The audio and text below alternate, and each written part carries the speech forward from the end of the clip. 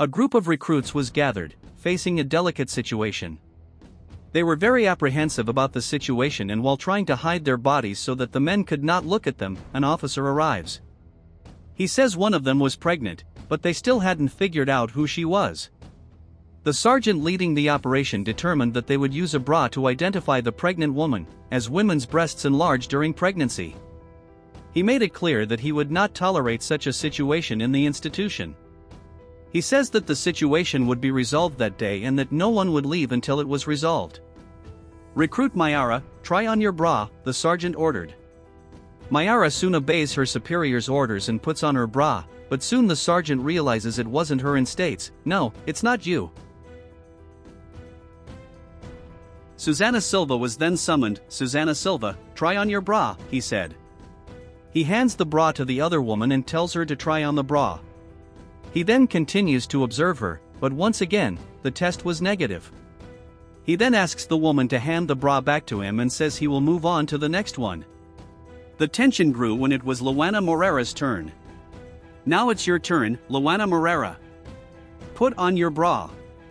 Go, hurry," the sergeant pressed. Luana hesitated, muttering, "It's taking a long time because," but was interrupted by the sergeant. "Do you want a little help?" After a while, it became apparent that it wasn't Luana. "No, it's not you," the sergeant said, and Luana was able to take off her bra, visibly relieved. But the tension was still palpable, and the recruits knew that the situation was far from resolved. Luana then removes the bra she was wearing and throws it on the floor, causing the sergeant to be furious with that situation. He then tells his superior that he now had suspicions about one of the women and says he knew who it was that was pregnant.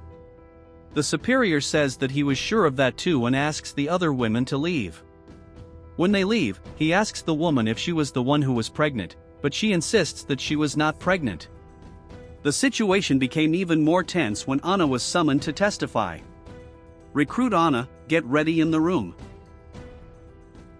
He told her she would need to audition, or she would be expelled, but she asked him not to do that and said he wasn't lying.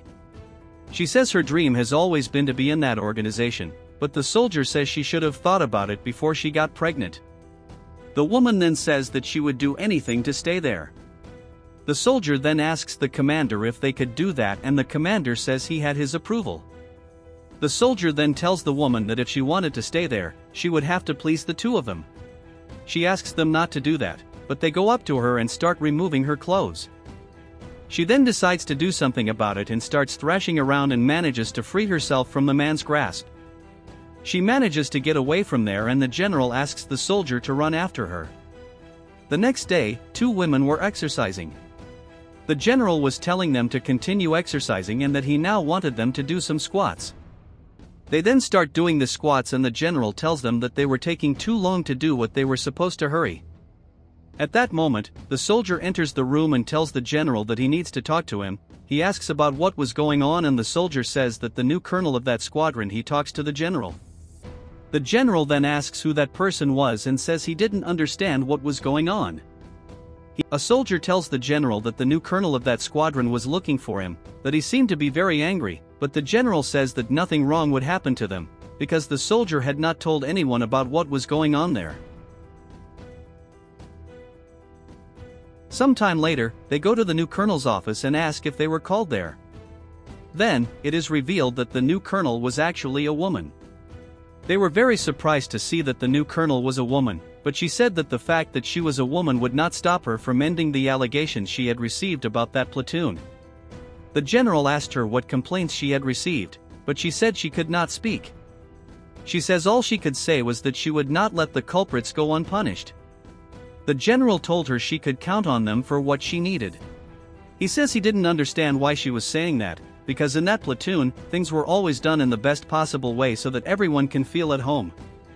He says that everyone there is a family and that no one would harm the others. She then says that she hoped it was true, but that she would continue with the investigation so that she could find out what was really going on there. She then tells them that they could leave her room and they leave. The colonel calls one of the women to her office so she can talk to her about what had happened. "Look, Cadet Lana. "Look, I know it's very difficult what you've been through, but I need you to tell me everything that happened," she said, seeking the truth behind the allegations. The woman began to tell the colonel what had happened and said that the general and the soldier had made them remove their bras so he could see their breasts. This makes the colonel very furious, and she said she didn't understand what was happening. The next day, the general and the soldier went to the women. The general said that they were not yet done settling the matter of the pregnancy and says that he wanted whoever was pregnant to tell the truth at that time. They say they weren't pregnant, and then the general says they're going to have to settle the matter in the worst way possible for them. He then grabs the bra again before they can quickly remove their clothes so they can see if that bra fit them. They then begin to remove their clothes, but at that moment the colonel arrives and tells them to stop. The general is surprised by that question what she was doing there, but the colonel says that she was there because they were in big trouble. The general says that he didn't know what she was talking about and that he had nothing to do with being discovered, but at this point the colonel tells the woman to come in.